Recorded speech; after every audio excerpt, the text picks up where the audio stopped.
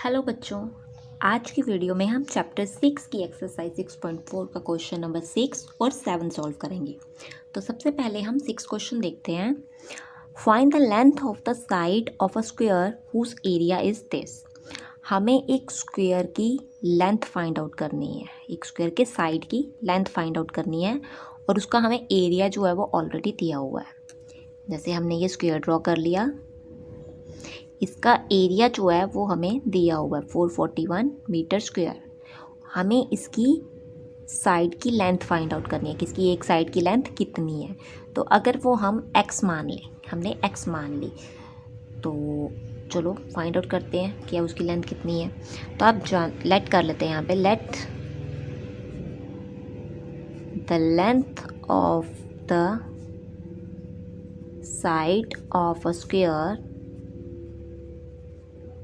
x, वो हमने x ले ली, and area of a square,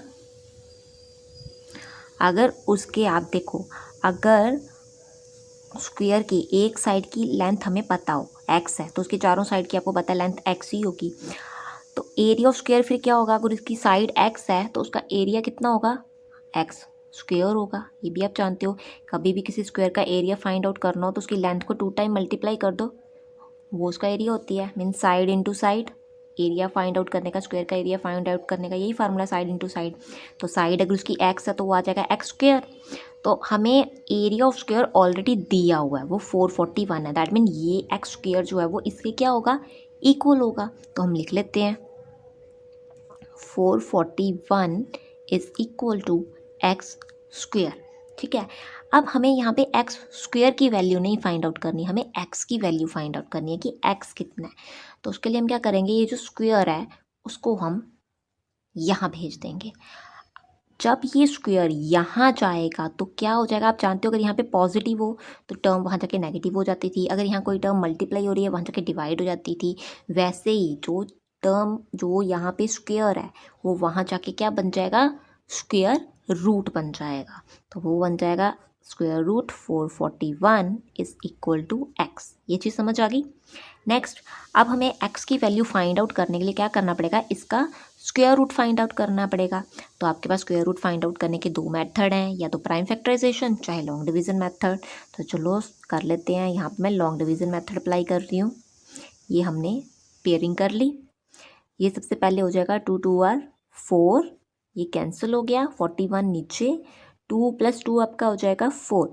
अब यहाँ पे किसके साथ मल्टीप्लाई करेंगे कि हमारी ये टर्म बने, ऑब्वियस है 1 के साथ, ये तो आपको सामने दिख रहा है, 1 के साथ इसको मल्टीप्लाई करेंगे तो 41 ही आ जाएगा, 1 1 और 1 1 4 और 4, तो ये कैंसिल।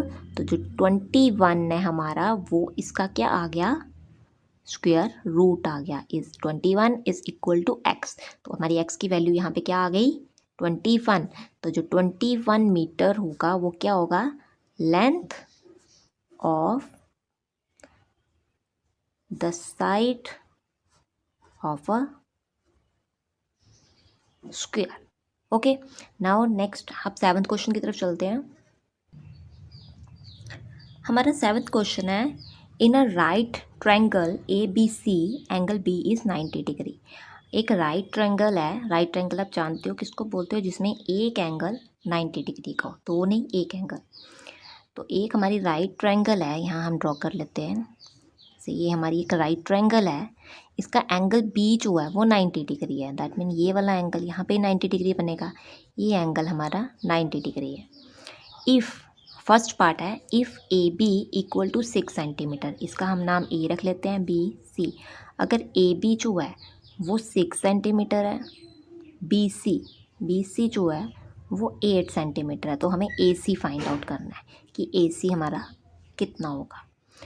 तो ये हम कैसे फाइंड आउट कर सकते हैं, आपने पाइथागोरस थ्योरम तो पढ़ी हुई है ऑलरेडी, उसकी हेल्प से हम ये थर्ड साइड जो है वो फाइंड आउट करेंगे।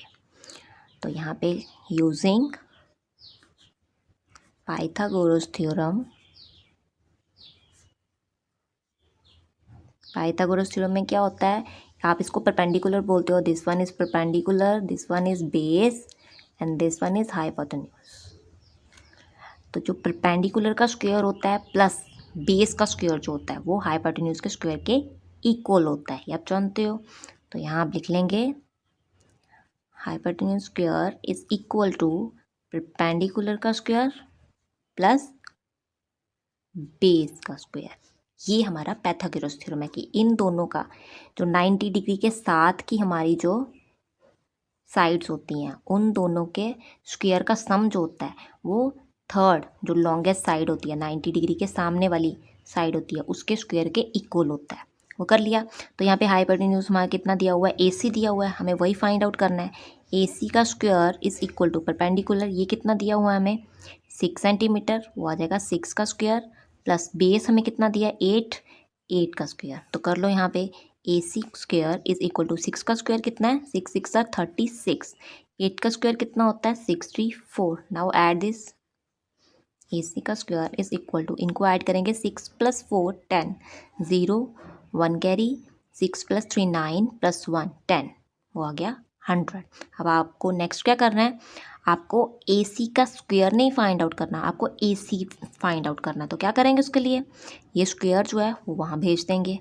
AC इज इक्वल टू √100, ये स्क्वायर वहाँ जाके अंडर रूट बन जाएगा। अब हमें 100 का स्क्वायर रूट फाइंड आउट करना है और वो तो आप जानते हो कि 100 का स्क्वायर रूट क्या होता है, दैट इज 10। तो दैट मीन जो AC है वो कितना होगा 10 सेंटीमीटर। ओके, नाउ इसका सेकंड पार्ट है, उसमें भी वही सेम, हमें एक राइट एंगल ट्रायंगल दी हुई है, ड्रॉ कर ली, ABC, B हमारा 90 डिग्री है, AC हमें दिया हुआ है AC 13 सेंटीमीटर एंड BC हमें दिया हुआ है 5 सेंटीमीटर। हमें AB ये फाइंड आउट करना है, ये कितना होगा। तो सेम यही पाइथागोरस थ्योरम जो है वो हम यूज़ करेंगे यहाँ पे। स्टार्ट करते हैं हमारा सेकंड पार्ट। तो यहाँ पे hypotenuse is equal to perpendicular का स्क्वायर प्लस बेस का स्क्वायर। तो यहाँ पे वैल्यू फिल कर दो, ये हमें दिया हुआ है 13, यहाँ पे आ जाएगा 13 का स्क्वायर इज इक्वल टू, ये हमें फाइंड आउट करना है परपेंडिकुलर, तो यहाँ हम AB ही लिख लेंगे, AB का स्क्वायर प्लस बेस हमें दिया हुआ है 5 सेंटीमीटर, तो वो आ जाएगा 5 का स्क्वायर। अब 13 का स्क्वायर कितना होता है, वो होता है 169 is equal to AB square plus 5 का स्क्वायर होता है 25। अब हमें AB की वैल्यू फाइंड आउट करनी है, तो उसके लिए क्या करेंगे, सबसे पहले 25 वहाँ चला जाएगा, ये यहाँ ऐड हो रहा है वहाँ जाके सब्ट्रैक्ट हो जाएगा, -25 AB स्क्वायर। तो इनको सब्ट्रैक्ट करके आपका आ जाएगा 9 में से 5 माइनस किए 4, 6 में से 2 माइनस किए 4 and 1 is equal to AB square.